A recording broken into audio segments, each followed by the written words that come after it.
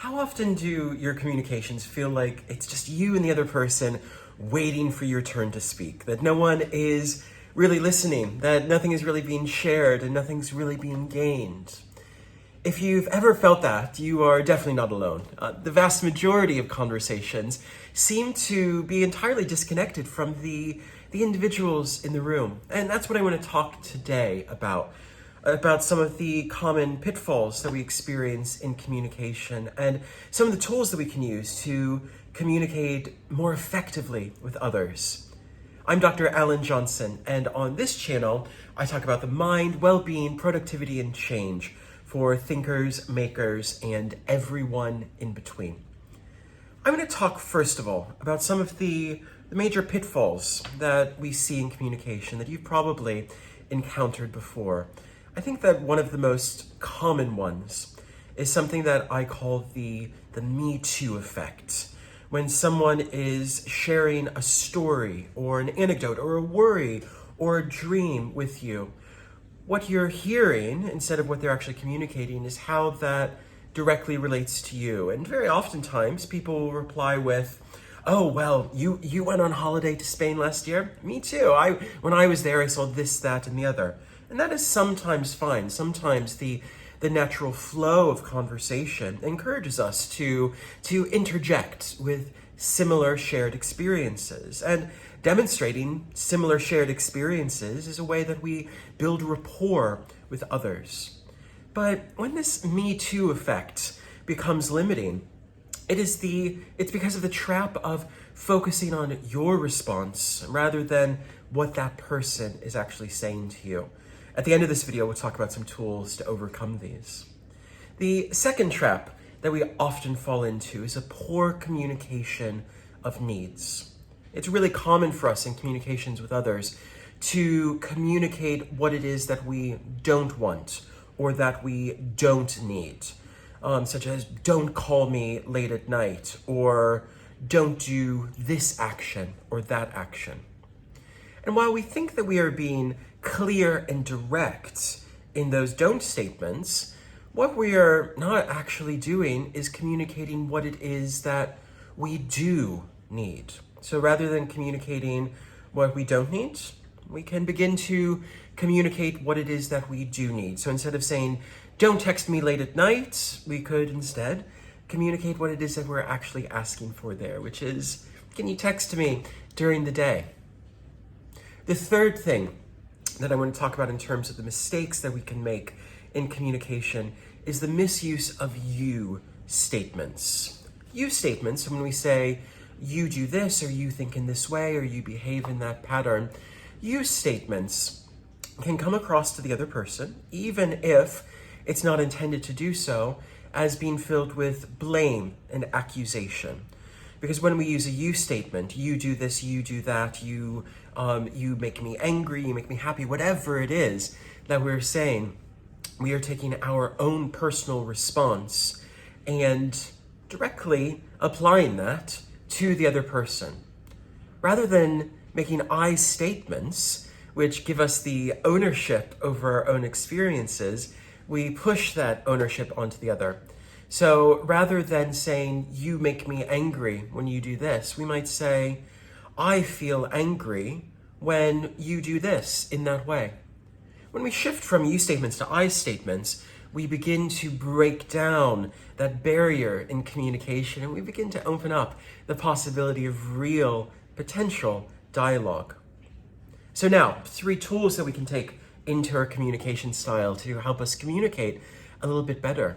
The first of these is one that I've alluded to already, and it's the importance of taking responsibility in communication with the use of I statements, such as "I feel overwhelmed when you interrupt," or "I feel better when you say something nice or when you give me a hug." This tool is important because by using I statements, we are taking responsibility for how we're feeling in each individual moment. The second tool that we can use is incorporating rather than continuing. So expanding on what someone has shared to keep the flow going rather than just pointing out the moments of commonality. So instead of saying something like, oh, that reminds me of ... we might instead incorporate what we have just heard and push the conversation further with something such as, that sounds challenging. How did you handle it? So you'll see how effective communication is a balance between both speakers, both communicators. When we increasingly take ownership of our own reactions and our own responses to the other, we create more opportunity for them to create and own their own reactions and their own responses to us. And the final tip that I want to include is focus on understanding first. Make sure that you understand before you expect to be understood yourself. And a really useful way to do this is to practice active listening, to gently paraphrase something that someone else has just said, to echo back to them what you have heard. That both creates this sense of empathy and connection through active listening, but it also helps you to clarify your understanding of what someone meant. Because I know that you'll have had conversations before where someone is saying something and you know that they're probably saying or meaning something very different. When someone is saying, yeah, I'm completely fine, there's no problem whatsoever, and you know that there's probably something else going on beneath the surface. When we focus on understanding first, we create more opportunity for real, authentic dialogue with others. This accuracy and clarity in conversation that we create is really, really important, not just for our sense of enrichment and fulfillment in conversation, but the sense of enrichment and fulfillment in conversation with the other person as well. We can think about conversations as a fascinating art form where we are, with nothing more than spoken words and presence, creating a shared experience with another person. And when we allow ourselves to show up fully and mindfully in those conversations, we'll notice that we gain more from those conversations, and so too do the other people we're having conversations with. As a mindfulness teacher, I've seen firsthand how a sustained meditation practice can help us become more effective communicators. This isn't something that happens magically overnight. A regular sustained meditation practice is something that we return to day after day. And bit by bit, we come into a different and stronger relationship with ourselves. And likewise, bit by bit, we learn how to come into a stronger and more powerful relationship with others.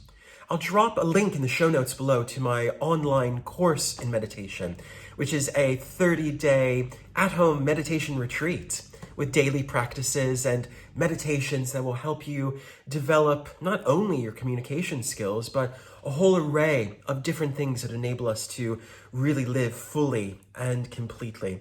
If you've never practiced meditation before, this course will be a great entry point. But if you have practiced for many years or many months, I know that you'll find a lot of new material in this course. And in the link, I talk more about the really unique perspective that integrative meditation takes. If you found this video useful, I hope that you will like it and maybe share with someone else who could benefit from it as well. And please do subscribe for more tips, tricks, and ways to improve your way of living.